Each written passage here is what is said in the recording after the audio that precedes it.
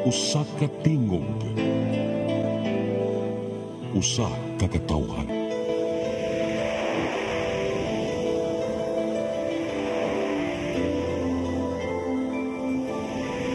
Cebu Catholic Television Network.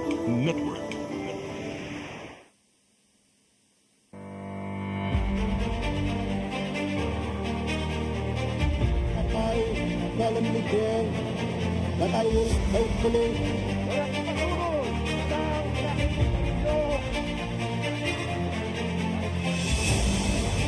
a prosperous and free democracy could be built in the Philippines upon the rules of war, prestige of America, and the American way of life. Más hermosa lección de diplomacia. All this kindness, all this courtesy. They cannot succeed without the support of the people. We cannot succeed without the support of our people. But I was not fighting for lawyers, but for the people.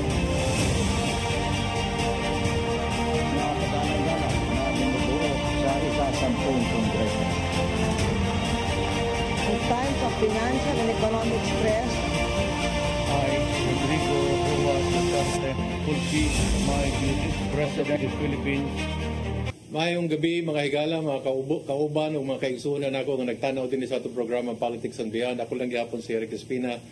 O ang atong kahinabi karong gabi, maingon atong apil sa ikaduhang gula o ikaduhang panid.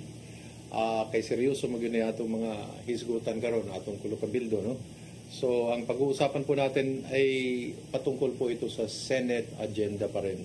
At tamang-tama po, ang gabay at batayan ng ating pagiging isang bansa ay palagi pong nakatingin at nakatuon sa estado ng ating katiwasayan at sa ating pansiguridad.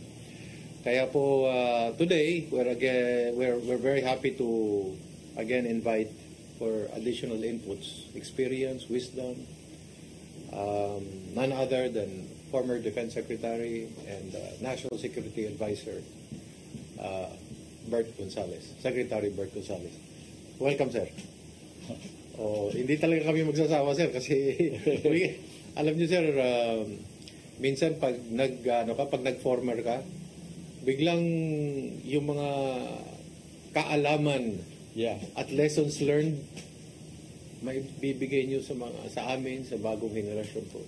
So ang una ko pong itatanong sa inyo, my first question to you, sir, is, you know, we always have about 20-25 typhoons coming into the Philippines. We're supposed to be the experts on typhoon already, you know, in terms of preparedness and all that. So, yeah, your view on the current status of the NDRRMC, aside from it being very long as a term, but as an agency, what do you think? Can we tweak it? Is there something that we can do to make it better, or sa pananaw ninyo? Nagbabago kasi yung climate change natin ay dapat tinitingnan mabuti. Naitatanong ko po sa inyo to, baka hindi lang alam ng tao na kayo po chairman ng National Disaster, di ba? Nung Secretary of Defense kayo. Sige po. So, mahaba talaga yung pangalan. Mahaba talaga. I wish they can shorten it. Yung intention para pag dinig ng taong bayan, naunawa na kagad ko anong department. Yes. Itong pangalan na yun, para sa mga NGO yan Yes. Para sa sarili nila. Hindi para sa taong bayan. So, I wish they will change the name. Pero okay, alam mo. Yung agency na which, mahaba ka, hindi ko masabi, is one of the most trained. Okay. The most trained in the world yan. Nung panahon ako pa, ang tawag nga sa atin tayo parang tayo ang mega mall ng disaster Yes. Lahat ng klase ng bagyo nasa atin. And for this reason, lahat ng mga agencies, ng mga countries interested in disaster are coming to the Philippines. At ang Pilipinas ang ginagamit nilang parang laboratory yan. Kaya I would not say na kulang sila sa pag-aaral. Kung nagkakaroon man sila ng pagkukulang, is because what they're trained for, medyo, yung sitwasyon, but na nag-involve sila ng training, nag-iiba. Kasi yung climate change nga, kumuha na eh. Okay. Nagbabago na talaga ang weather pattern. Kunyari, for example, Oo. dati nung umuupo pa ako dyan, memorize mo na kung saan dadaan yung bagyo at pag-given year eh. Yes. Nagbabagong isip ang bagyo pa yun eh. Kung minsan bumabalik. At kung minsan, can you imagine that we now have typhoons in Mindanao when we don't used to have typhoons there before? O yung talagang sinasabi lang yung surge ng hangin at tubig na bigla na lang. Katulad na nangyari sa Spain, nangyari na sa atin yan. Mga bagay na yan are needs more study at this point. Okay. Kaya palagay ko prepared yung ating structure for that. Kailangan lang pakinggan. Ang tingin ko, lagi na lang tayo nagiging concern sa disaster pag nandiyan na yung disaster. Okay. O at least a day before. Pag kumakatok na. Oo. Dapat yan, yung dagdagan nila yung anticipated action. Memoryado nila yan eh. Yes, yun na nga yun. Dapat eksperto na tayo nito eh. Memorize nila yan. Kahit nakapikit po tayo nito, siguro alam na natin ano dapat gawin. Memorize natin ang response to disaster. Kaya lang, pumapasok siyempre kanya, i-involve mo yung local government. Yes. Hindi pare-pareho yung preparation ng local governments. Meron nagtitipid. Kaya hindi na, kunyari, how come up to now we are debating on the number of rubber boats that we need? Oh my goodness. Ganun eh. Tapos marami pang rubber boats na in-import na hindi na magamit kasi mali. O sira. Things like this, tingin ko kung ipo-professionalize lang yan. Yung agency. Much better tayo makakamit ang mga disaster. Kasi ang mahirap din, halos lahat ng agency naka-involve siya eh. May kanya-kanyang priority yan o interest. Yun ang mahirap dyan. So kung maganda sana kung di ka na more power yung mga kasi hindi secretary ang rango ng nahandyan eh. Kung nabigyan sila ng more power o kaya dagdagan yung power ng National Defense kasi siya ang chairman dyan eh. Correct. Chairman ng Defense, ayusin. Kasi at linawin yung, kunyari, anong role ng Armed Forces? Medyo nahihilaw ngayon yan eh. Tinatawag lang. Parang Boy Scout.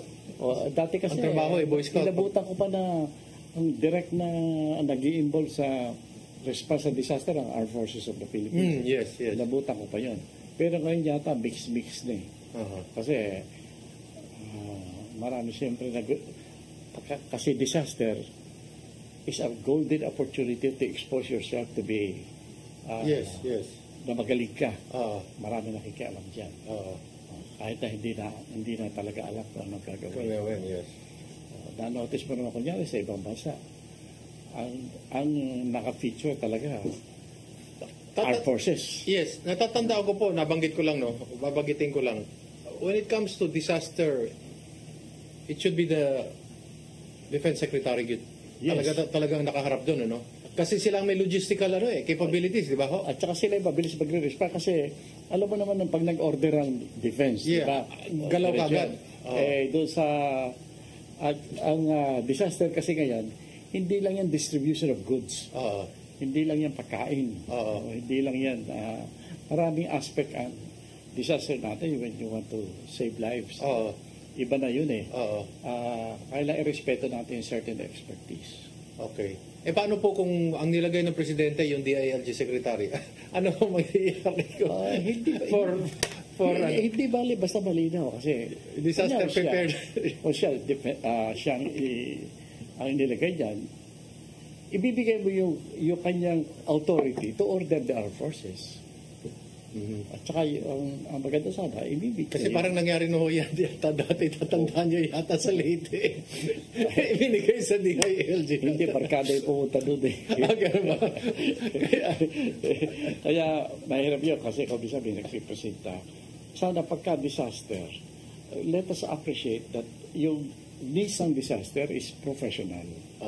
Professional dapat naka-approach yan. Yes.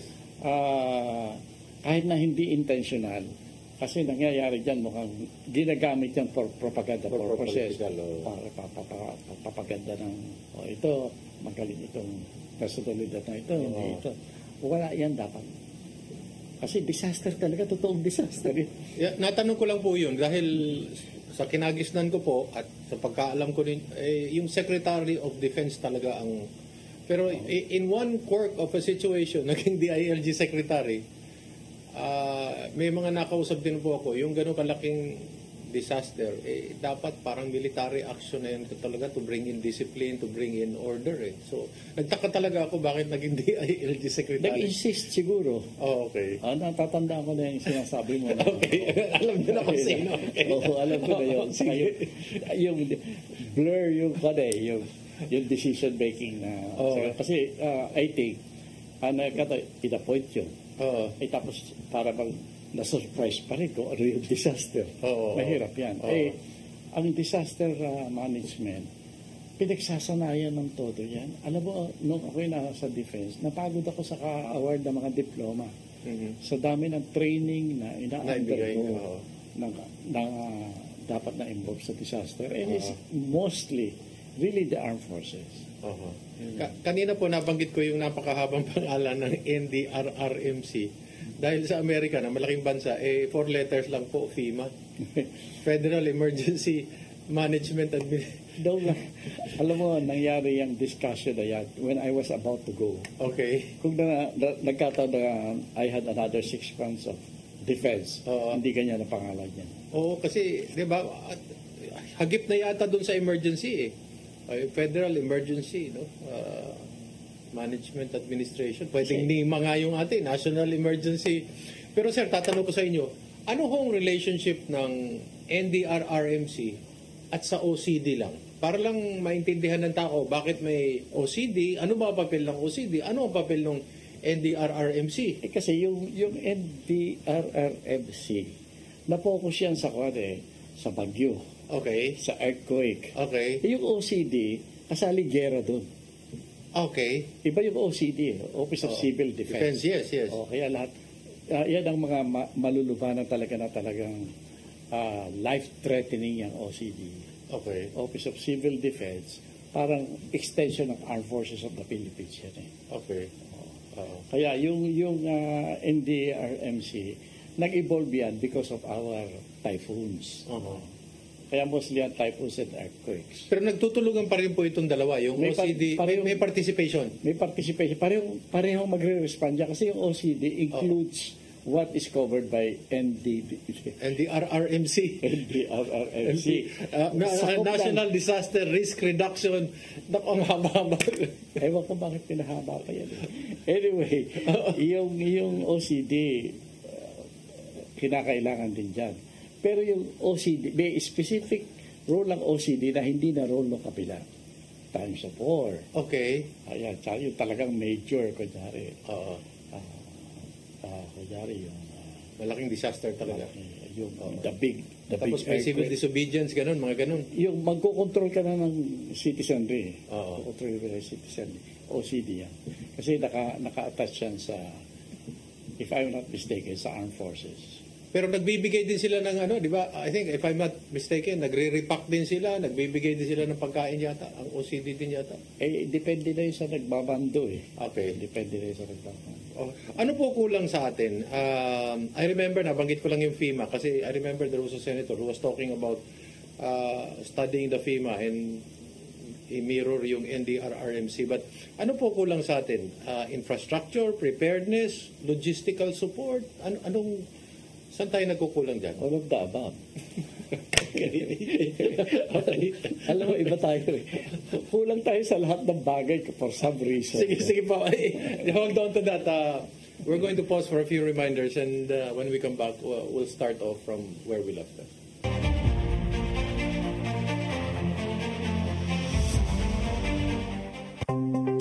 Discover the beauty of the Philippines.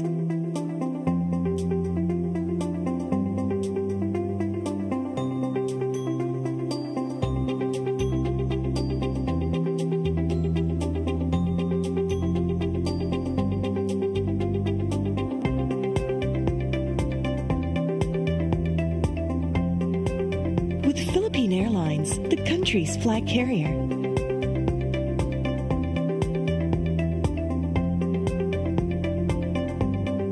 The airline that lets you feel the warmth of the nation.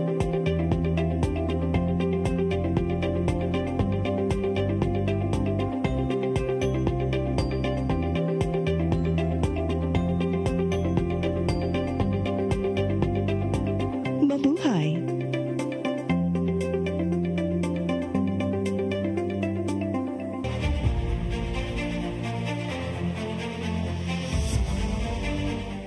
Okay, balik ta sa atong programa ang Politics and Beyond. Ako lang gyapon si Eric Espina o ang atong kahinabi, atong kulupabildo dinhi si former Secretary, Defense Secretary Norberto Gonzales o siyempre Presidential National Security Advisor. We were discussing about the preparedness, the infrastructure component, and the logistical support of the NDRRMC. Sige po. Manyan kasi alam mo, I'm sorry to say this kasi pati yan biktima eh. The overall source of problema talaga is our inclination towards corruption. Okay. Yun eh. Kaya kung walang corruption yan, maayos yan. Kasi kung technicalities lang ang pag-uusapan, as I have said, decades na tinitrain natin yung mga personnel dyan. Ngayon, ang problema kung minsan, like, there was a president na dahil appointed, yung mga dapat sana yan hindi masyadong ginagawang politicized. Na-politicize din yung agency na yan. Na yung mga eksperto dyan, kasi na-appoint ng isang presidenteng hindi gusto ng bagong presidente. So, pinalitan lahat? Pinalitan lahat. Nagpunta sa abroad. Pagkamahal-mahal ng bayad dun sa the kind of expertise that they have. Mm-hmm. They're paid very, very well abroad. Mm-hmm. Yan ang problema. We are losing personnel. Mm-hmm. Kasi kung bisa pinapalitan dahil sa hindi na gusto ng isang politiko. Kaya sabi ko ngayon, actually ang problema natin dyan is our political tradition and our inclination towards corruption. When it comes to skills, when it comes to know-how, hindi mo ma-measure ang galing ng mga nahandyan. Lalo na yung mga tatanggal. Malaki ho ba ang papel ng DSWD dito? Kasi isa din yan sa mga tumutulong sa publiko natin. At may malaki din ba ang corruption din sa DSWD? Hirap magsalita eh. Hirap magsalita. Pero alam mo, universally daw na naman sa atin yan. No? Kaya, maaari makasakit tayo ng... yes. namin. Pero, kung tatanggalin ang corruption, we will be among the best when it comes to responding to disasters. Yan ang masasabi ko. In terms of logistical support po, in terms of equipment, mga ganyan, palagi natin nakikita sa balita na nandyan na yung mga boats, nandyan na yung mga preparado na lahat. Pero, sapat ba? O kulang talaga? Or, yung mga nakakaintindi, give them the opportunity to choose the equipment that we will be buying. Okay. Basta binibigay na lang yan eh. Kung minsan yung mga tingnan mo, may rubber boat sign na hindi natin magamit. Mm-hmm. Alam mo, taon-taon naman ginagamit natin yan. Mm-hmm. Alam na natin na so many typhoons will come. Earthquakes are possible. Iba pang disaster incidents will happen in the country. We know that. We cannot avoid that. Bumili na tayo ng tamang equipment. Yung talagang durable. Wala eh. Dapat yan, hindi na isasubject yan sa restrictions. Kasi kailangan, we need the best. Kailangan ho ba ng mga LGUs or ng probinsya ng tinatawag natin mga amphibious trucks? Kasi parang ang ALP lang yata ang meron nun, pero yung mga LGUs parang wala po. Depende. Kasi pwede naman na i-centralize mo yan kunyari sa Armed Forces of the Philippines. Mga amphibious. Damihan siguro. Tapos, sufficient so that you can station them in the local government units. Kasi pwede ka naman mag-preposition na ng mga equipment para pagdating ng bagyo, wala pa ngayong bagyo, excited na yun. Gagamit ng equipment mo. We are not really giving it. Alam mo, ang dami-dami nating nasasayang na resources niya kasi hindi natin pinaghahandaan ng long term. Aha. Alam naman natin na may bagyo every year. Kaya ang gagamitin mo gamit dyan sana, yung hindi after one storm ka, maghahanap ka na naman ng panibago after yung next wave of storm, saka ka lang mag-usap na, oy, kulang tayo ng ganito. Ano ho ba? Sinasadya ho ba yung short-term thinking, taking hold in government, or because it is more lucrative? Hindi naman siguro. Kaya lang, kinakalimutan natin eh. Okay. Alam mo, iyan ang isa sa dapat sana na I wish we can convince the government. Yung mag long-term planning. Okay. Kailangan may strategy. Okay. Wala lagi yan eh. Lagi tayong nagre-respond kung nahandyan na yung sitwasyon eh. Tapos, we make do. That's why each time there's a crisis, there is always an element of chaos that you see. Yes. When government should be the most organized at that particular time. Yes. That is the time when you have to show your people that you know what you're doing. That you are prepared. Kasi malaking effect niya sa taong bayan. Tatanong ko po sa inyo, mahalaga ba talaga sa taong bayan, nasa Lantakay or something, no, na makita nila yung presidente pumunta sa isang lugar? This is just almost like a philosophical question. Alam mo, may nagsasabi na ganyan that the proof of leadership is presence. Wrong. Okay. Wrong. Kailangan ng presidente nasa decision making overall. Kung saan ang desisyon na ginagawa, hindi yung papagurin mo yung presidente na tagabigay ng supot, tagaganyan. Hindi ka trabaho yan. At saka you should not fault him because ang role ng presidente is the overall response to a given disaster, which is national. Wag nating kasi dahil nga lagi nating ini-interpret ang leadership in the kind of politics that we are used to. Parang nilolocalize natin yung presidente? Na kailangan nandyan yung mayor, nandyan yung governor. Ginagawa mong barangay captain ng presidente mo eh. Ganun ang ginagawa mo, presidente yan. Okay, sayang ang panahon yan, ano? Hindi. Tingnan po naman ang nangyayari. Kunyari, kung ayos talaga ang preparation, ayos talaga ang planning, ayos talaga, identify talaga ang mga forces, then it will be nice for the president to go and see whether things are being done right. Hindi yung para suddenly, pagdating ng president, sir, magandang picture ito, mag-abot ka nga naman. Hindi ka mag-aabot, presidente ka. Ay, yung nagbibigay ng cash, isa pa yun. Iba yun. During disaster, nagbibigay ka ng cash. Tingnan mo yung mga mature democracies. When there's a crisis, ang nagre-report ng disaster, sargento, ordinary worker, nagre-report sa ground. Sabi, sa atin, kailangan sekretary yung nagsasalita dyan. O kaya presidente pa. Nakahuli nga lang tayo ng kriminal eh. Kailangan nandyan lahat. Lahat dyan pa. For what purpose? Okay. Picture taking. Pero kung talagang professional, alam mo, dapat sana maintindihan ng mga kasamahan natin na mas ma-appreciate ka ng taong bayan if you're acting professionally. Kailangan makita ng taong bayan what it means when your leaders are professional. Mag-iiba yung appreciation kasi ngayon, kasi ginagawa natin sa taong bayan natin, ang ipinapakita natin sa kanila na usefulness, baduy. Yun ang pinapakita mo. Kaya akala tuloy ng mga taong bayan natin, iyan ang tinitingnan. Bakit wala dito si presidente? Yan ang nagiging standard. Parang social worker po ang presidente ang labas nito. Hindi nga lang social worker. Baka barangay captain. Baka nga hindi pa permanenteng empleyado ng social worker eh. Yan ang tinitingnan natin. But you have to show our people, lalo na sa mga occasions of disasters, this is the time when you really need professionalism. Kung may kulang man, at least ang action mo, then you will see a people na talaga nag-a-appreciate sa'yo. Sa ibang bansa, yung presidente hindi pumupunta right after the disaster kasi po magugulo yung operation kasi darating yung presidente daw eh. Ay, di lang yan. Kasi yung meeting ng, kunyari, yung agency, mag-meet yan. Chairman yan, presidente. Okay. The first thing, yun, dapat hanapin mo, bakit absent si President sa meeting ng disaster agency? Kasi dapat nahandyan siya. Kasi Ang nangyayari dyan, options lang naman ang tinitignan ng presidente. Yes. Magpipresent yung mga Policy. experts mo. Policy. Tinitignan mo, ganito in general. Okay, approve lahat siya. Then after a while, a day or two, yung hindi ka na busy sa meeting, importante yung meetings eh. Tapos kailangan tumatawag ka na sa abroad. Alam mo na kulang. Tawag ka na sa mga, kunyari, presidente ka, tawag ka sa other presidents.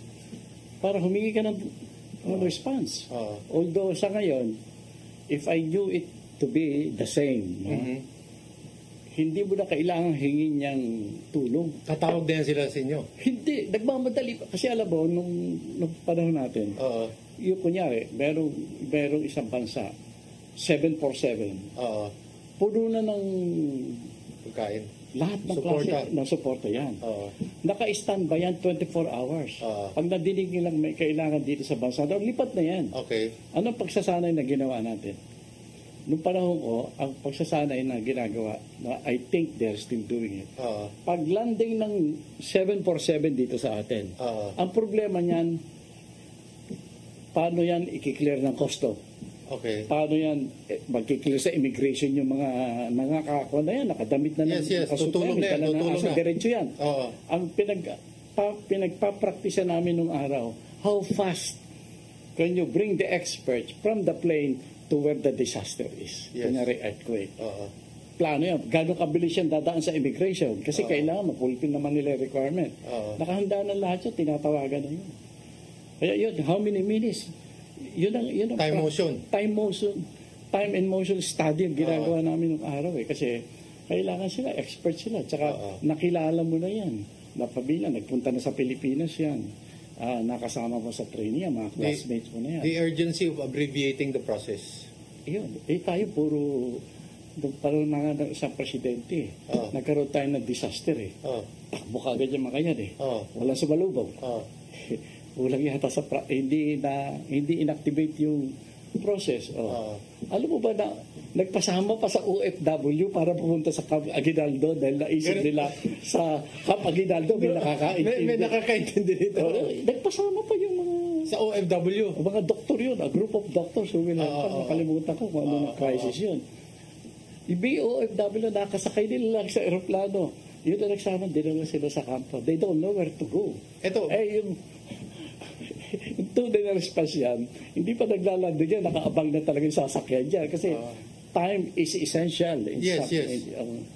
Yan.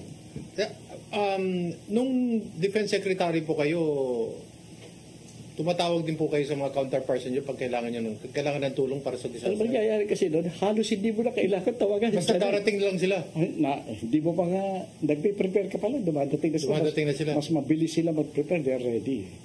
Kasi they can afford. Yes.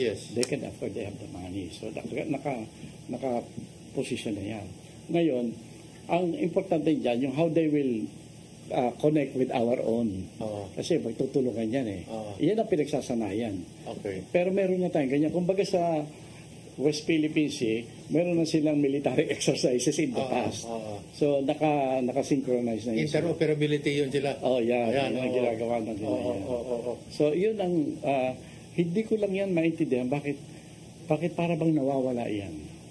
Nabanggit ko po kanina yung logistical support, preparedness, infra. Merong batas na po sa Senado na bawat probinsya o bawat LGU dapat merong evacuation center. Wala ho tayong ganong klaseng mindset, yung eskwelahan, simbahan, ang palagi nating ginagawa ng evacuation center, no? Kung titignan ko kasi yung reaction niya, may mga politicians tayo, well-meaning, nagkagulo, nag-observe, kailangan natin may permanent evacuation center. It could be correct, but it has to be part of a strategy before you say that. Ano overall strategy? Magkaroon ka muna, bakit kailangan ba natin talaga? Dapat ganun. Tapos nilalagay lang sa minsan sa basketball court. Bigla na lang tayo nagre-respond. Ay sa totoo naman yung sinasabi. Can you imagine na ayaw natin maabala ang eskwela, pero doon natin nilalagay ang ating iba kung sa eskwelahan. Kasi walang iba.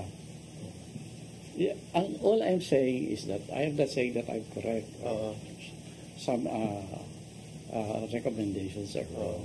All I'm saying is you need to think this through Yes. and put it as a template. Kasi pwede tayong gawa ng template on disaster response because we are experiencing it. Itaga mo sa bato, you will experience it every year. Ang sinasabi ng Amerikano po, ang termino nito we have to be grown up about it. Magbabalik po ang Politics and Beyond pagkatapos ito.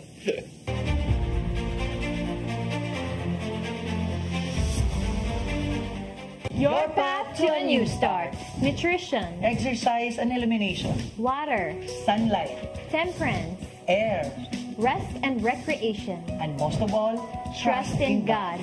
Learn from our doctors. Be blessed by the testimonies of our overcomers. Ang inyong programa, Alam sa may sakit, walay sakit, ug dili ganahan magkasakit. Ozone Med Wellness Clinic New Start. Napapanood every Saturday 8 to 9 a.m. Ug ang replay airing matag Miyerkules 1:00 hangtod 2:00 sa hapon. Dinhilang sa CCTN Channel 47. New Start, Ozone Med Health and Wellness Talk.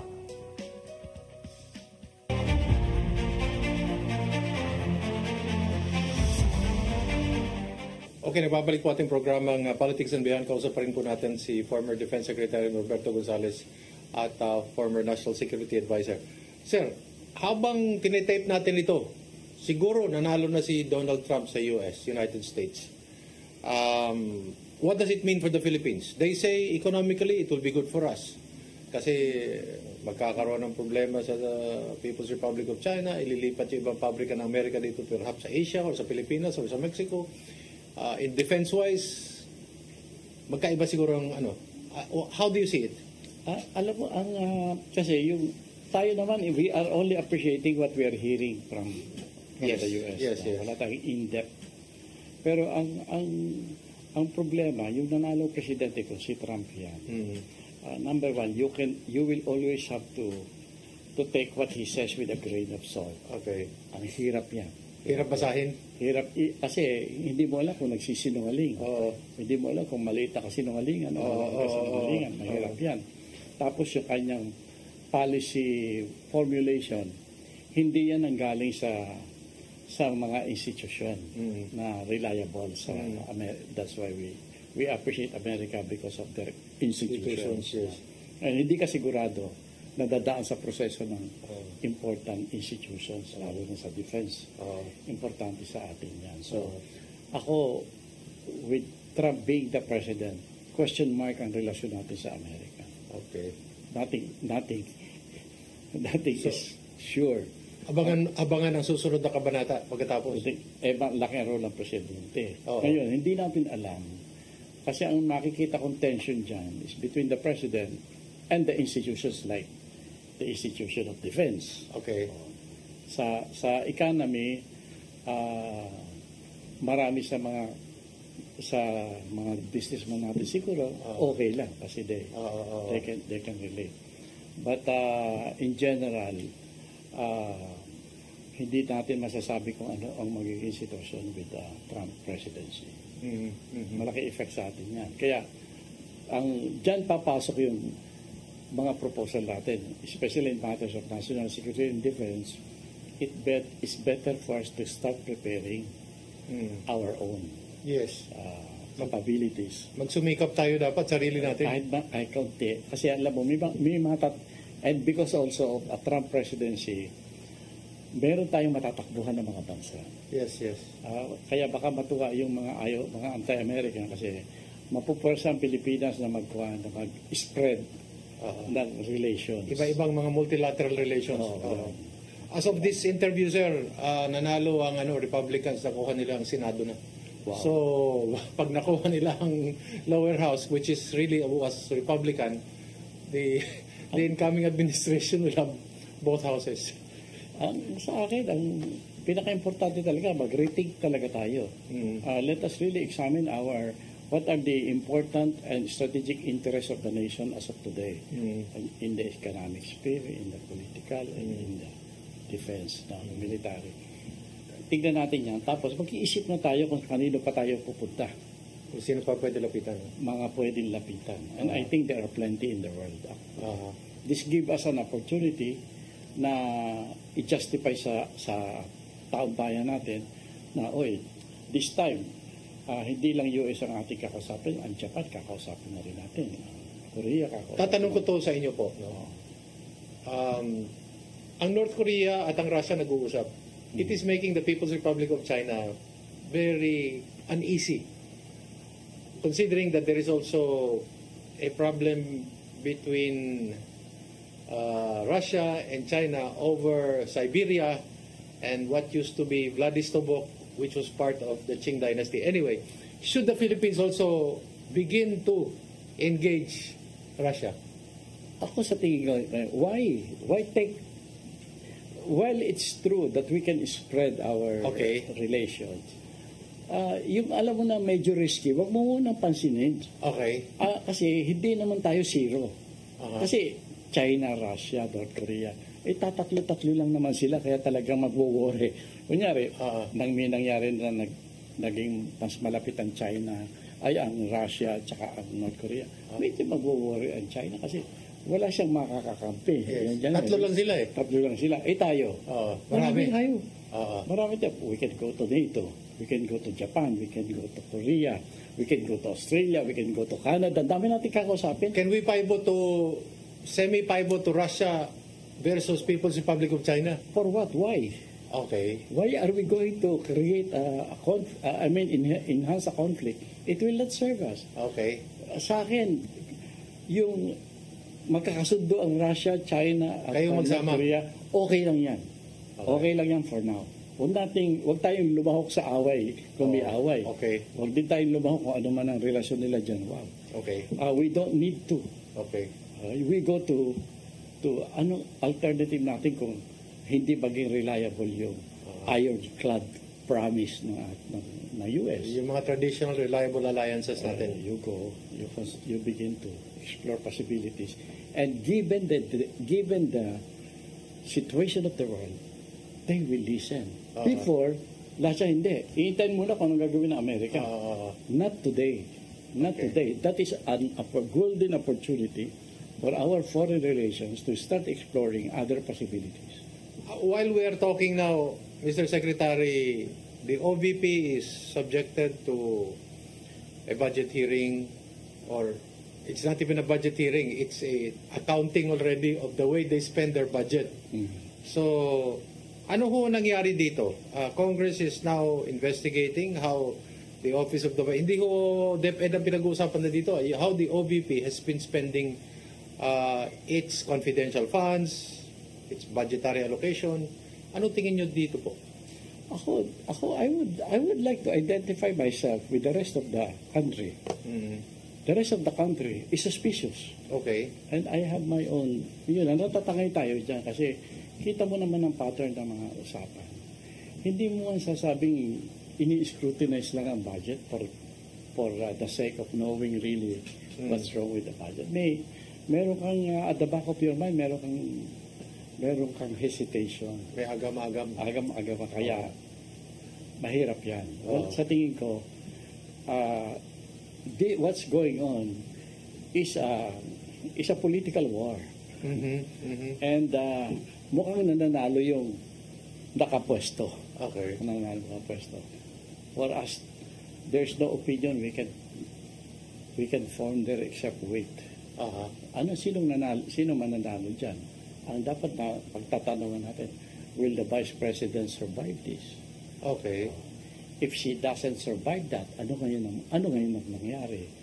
Ngayon, if you will look at the national interest or the interest of the people, kung nasiraan nila si Vice President, natanggal na siya sa kanyang pagiging possible president in the future, ano ngayon?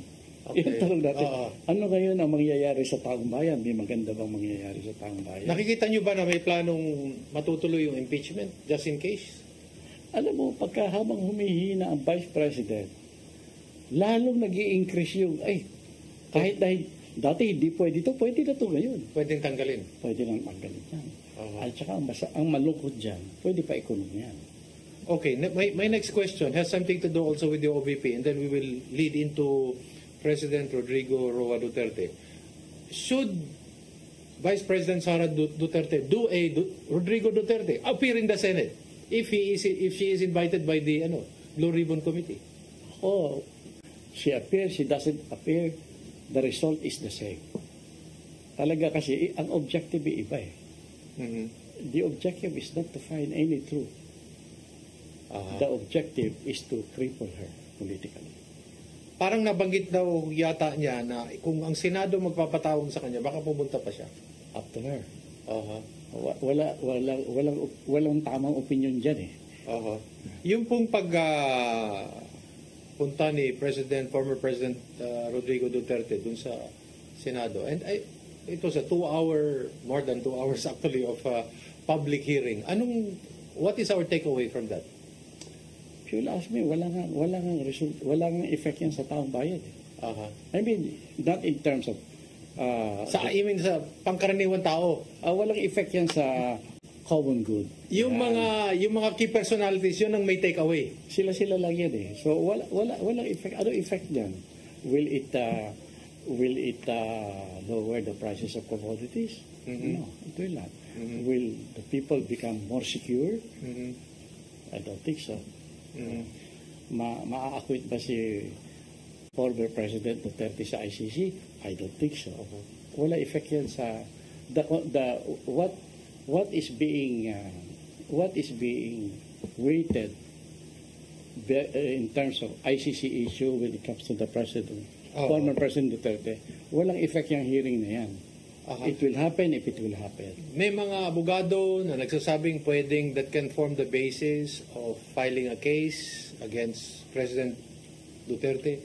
And then, yun nga po, everybody is looking at it from different perspective. May nagsabi na hindi naman inamin ni President Duterte na hindi naman daw siya inutos, pero yung iba naman nagsabi na nagsalita na siya in plain view. We are pretending that the former president will have true justice. He will not have that. Okay. Kahit ano gawin dyan. Kasi namamanipulate natin yung ating justice system. Okay. Depende kung sino nasa poder. Okay. That is the reality in the Philippines. So, yung nabanggit po ninyo na maganda po yung sinabi ninyo, depende kung sino nasa poder. So, yung pong mga nag-imbestiga sa kanya, di ba yun din sila yung pumapalakpak dati siguro? Ay, nagtatanong lang po ako. No? Hindi, totoo yan. Sila din po pumapalakpak dati noon? Isang grupo lang naman talaga yan eh. Okay. Baka PDP pa sila lahat dati noon? Pwede yan. But that is not the point. Kasi yung sinasabi mo na baka amor proprio naman eh. Ano man akong babaliktad. Hindi pinag-uusapan sa politika ng Pilipinas yan. Ang pagbaligtad ay common. Normal yun. Yun ang ating practice. Okay. So, hindi natin masasabi, mga walang utang na loob. Bakit? Kasi, pag bubaligtad naman yan, ganun din yan. So, wala naman ganun. Hindi ganun ang ating politika.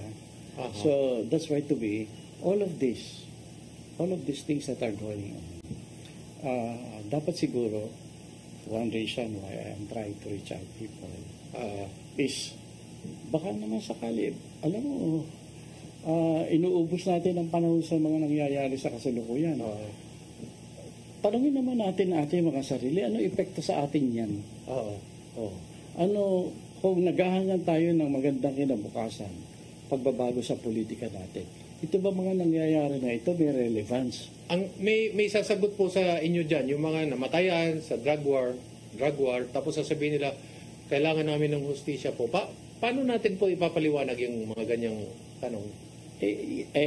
Kailangan ng hustisya? I agree. Sige. Talaga namang nangangailangan sila ng hustisya. Pero ang ibig ko sabihin, kung ang iisipin natin is, tama na to. Lumipat na tayo sa isang sitwasyon na hindi mangyayari ang mga yan. Okay lang na ituloy nyo yung mga kaso, etc. Pero can't we also pause for a while and think na ganito na lang ba tayo lagi? Kasi if we simply focus on what is going on today, there is no guarantee that the same situation we're encountering today will not be encountered tomorrow or the next year. Ngayon, ang sinasabi ko lang naman, okay, I sympathize, I agree. I will take my sides on my own. Titingnan ko lahat yan. Pero on top of all of this, let's look at the future and say, if I look at the future, this situation is not the kind of future I want. Okay.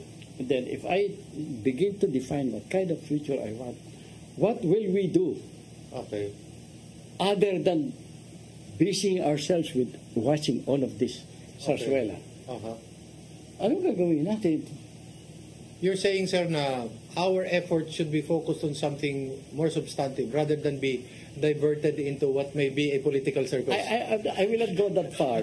What I'm saying is, wag natin pigilin ang sarili natin dyan. Okay. Pero wag nating i-focus lamang dyan ang ating atensyon. Nasasayang ba ho yung legislative time?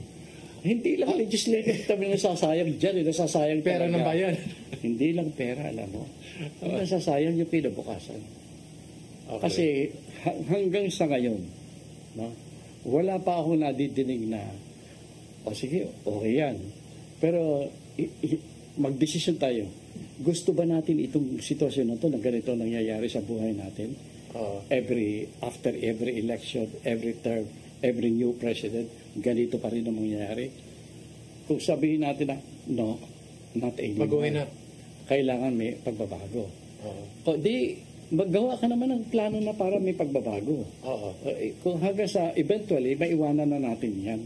Okay. Sa ngayon kasi, hirap iwanan eh. Kasi exciting makinig talaga doon sa question and answer. Ito po, no, yung something exciting. Maganda po yung sinabi ninyo dahil, again, I will repeat myself like the first interview. Kayo lang po nagsalita ng first world ng Pilipinas. May mga hakbang ba tayong ginagawa papunta sa first world? Kasi ang nakikita po ng mga tao, pag pinag-usapan mo yung first world, dapat may industrial revolution. Baka kasama yan dapat sa pinag-uusapan natin. Ako ngayon, I am going very elementary on this matter. Ako talaga, I believe that we can be first world. Okay. Kung titingnan mo yung ginawa ni Lee Kuan Yew, na-shift niya yung kanyang direksyon ng bansa niya towards first world within the next 10 years. Yes. Halos first world na sila. Yes. Ayos niya. Lagi kong sinasabi, when Lee Kuan Yew was beginning to mobilize his people towards first world, anong klaseng tao meron siya na Singaporean? Hindi marunong magtapon sa basura ng chewing gum. Yes. Tumudura sa kalsada. Kung tinitignan mo yung madumi talaga. Sabi, tignan mo, anong klaseng tao to? And yet, nagawa niya. Compare that kind of Singaporeans in the past to the kind of Filipinos we have today. Laki ng diferensya. Yes. Numbers na lang. Dami tayo. Marami tayong young people. Marami tayong nakapag-abroad, nakakita ng mga iba't ibang model. At talaga nakita mo na ang ating mga nasa OFW nagsisikap para sa pamilya. Kaya ako, I'll go elementary. First, kailangan step by step towards first world. The first step is, ang taong bayan ba natin gusto ba natin maging first world? Yes. We'll ask the question. Yes. We'll ask the question. Yes. Tayo ba, gusto nyo ba na ang bayan natin matulad doon sa mga bayan na dinalaw nyo, pinagtrabahuan nyo? Gusto nyo ba? Okay. Second step, sa palagay ko, kung gusto natin ang first world, ang makikinabang ay tayong nakakarami, dapat ang magbibigay ng effort, kasali sa pagbubuo ng first world country ay yung nakakarami. Meaning we have to learn to mobilize ourselves. We have to learn fundamentals of relations among ourselves. Sa ngayon, ang ating politika is strongly divisive. Yes. Ang ating politika, ang pinakikita natin, ang klase ng liderato na ayaw natin at ang mga liderato na hindi kailangan para maging first world. Kitang-kita na natin ang what should that be. Okay. Magandang lesson yan. So, opposite naman ang titingnan mo. Unahin natin ang ability ng ating taong bayan na magkasundo, magkaisa, mag-isip ng estratehiya kung paano gagawin first world. After that, ikuha mo na yung taong bayan, then we begin. Kasi kailangan ng cooperation ng bawat isa. Kasi ang pagtitrain, ang pagbumold ng mga, kunyari, alam naman natin gagawin natin. Alam natin ang formula kung ano-ano mga skills na kailangan ng mga Pilipino para maging first world tayo. First step ka sa, yung napag-usapan natin dun sa ating educational system. Hindi alam ng taong bayan natin kung bakit siya nag-aaral except to improve himself, to improve his chance to succeed, to become wealthy, to earn money, to support his family. Yun ang naiintindihan ng bawat nag-aaral.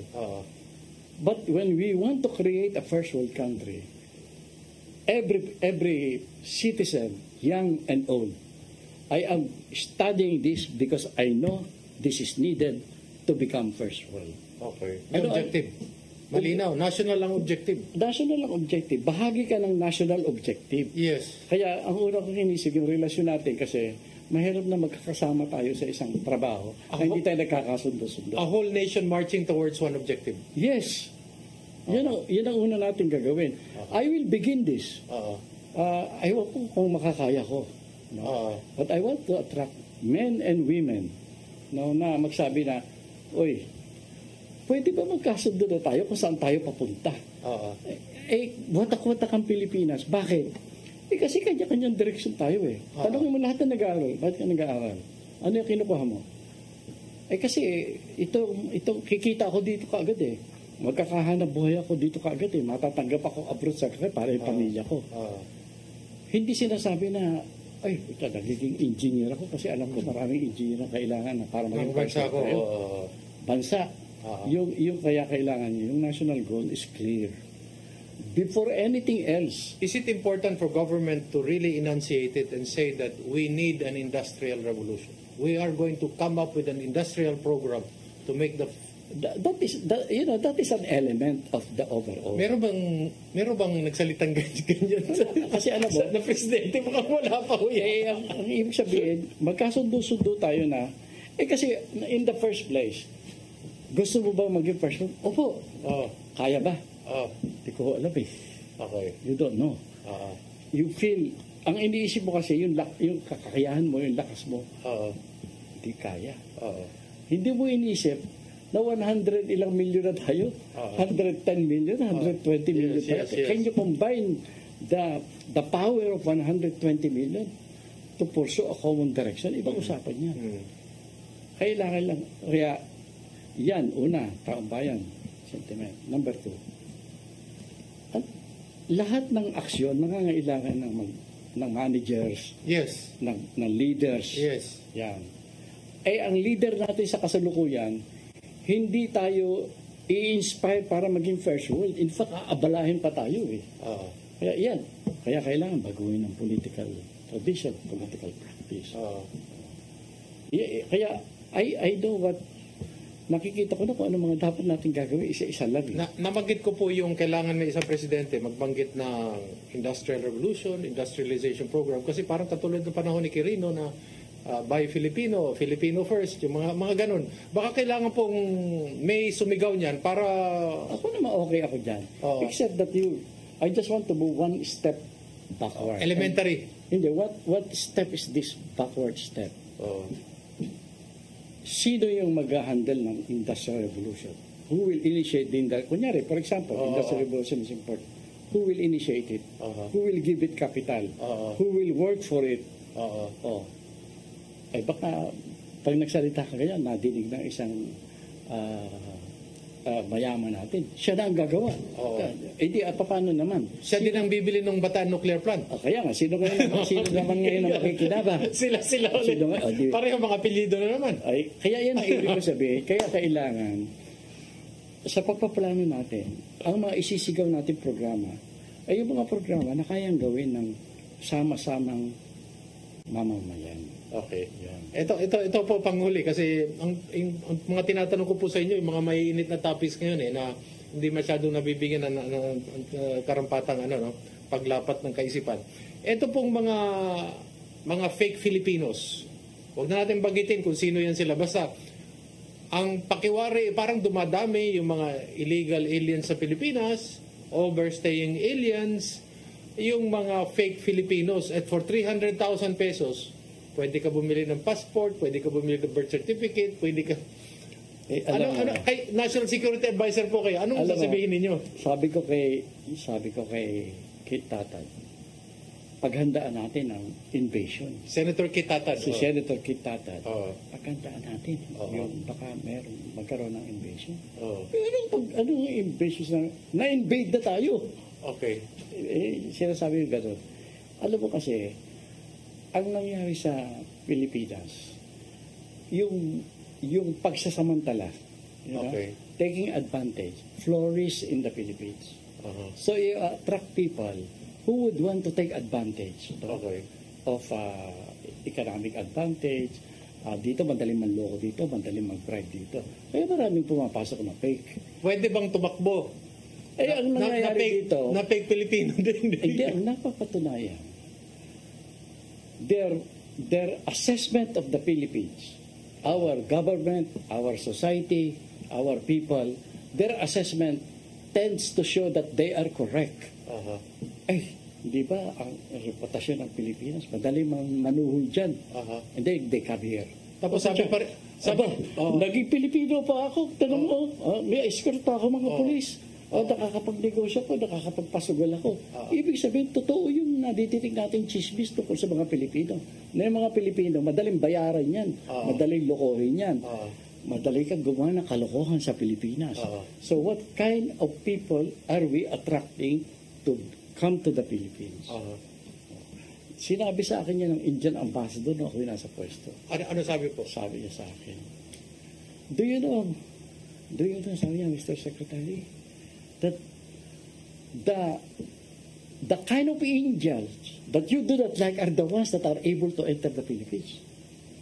Okay. The legitimate businessman, the legitimate tourist, the legitimate na gusto talaga magdala ng resources sa Pilipinas. Pinapahirapan ng mga embassy nyo to get a visa. Okay. Pero yung mga salbahe, marunong sila sumbuhol. Marunong sila, sabi niya, mapadali lahat ang proseso. Lahat madali. Yun, sabi niya. Kaya what kind of Indian citizens are you getting in your country? Not the good guys. That is what the ambassador told me. Bakit ganyan ang embassies nyo? Kaya nakakalungkot eh. Ito, I am telling you a story that happened more than 20 years ago. And it still happened. Now it's worse. I think it's worse. Kaya, this is what I'm saying. Kaya, ang una natin gawin is, i-focus natin ang attention ng ating kababayan sa isang bukas na pwede nilang ipaglaban. Okay. Kaya nga, ang slogan ko atin ang bukas. Atin ang bukas. Ipaglaban natin. Okay. Yan ang aking campaign slogan for my campaign. Ipaglaban natin ang bukas. Atin yan Sira Sinira Kaya tayo, get together, at isa-isahin natin yan. On our own. Wala tayong maaasahan sa kasalukuyan. Yan ang tingin ko. Wala tayong pwedeng maasahan kundi sarili natin. Tayo. Marami naman tayo na pwede pagsama-sama. Thank you very much, Secretary Bert, as always. Kasi wisdom is... nakagulo ako. Hindi, wisdom is very priceless, and experience lalo na, di ba? Especially on hindsight pa. Lalo na pag hindsight, no? Mas mahalaga talaga. Marami tayong natututuhan sa inyo, pati inside stories. Kumusta po si Senator Kit Tatad po? Okay siya. He's one of the persons I have learned to admire really. He's deep in like us, worried on the future. Worried on what will happen to our country. Sobra na yung ating yung dysfunction ng ating And then politika. It's not only just one administration but several, no? And then it's generational. It's really the future. Okay. Sige po. Thank you very much. It has been 1 hour na nag-usap po tayo. Sana po hindi po ito ang kahuli-hulihan. Di na lang niyang katapusan. Dapat tayo mga laing mga higayon nga. Ato isang makahinabi Secretary Bert Gonzales para magamit nato ang iyang nahibawan, kaalaman, o ang iyang eksperyensya sa iyang kinabuhi o pagdumala sa gahom sa dito sa kauluhan. Thank you very much, sir. Thank you. Ito po si Eric Espina. Maraming salamat. At sa susunod na naman kabanata, abangan.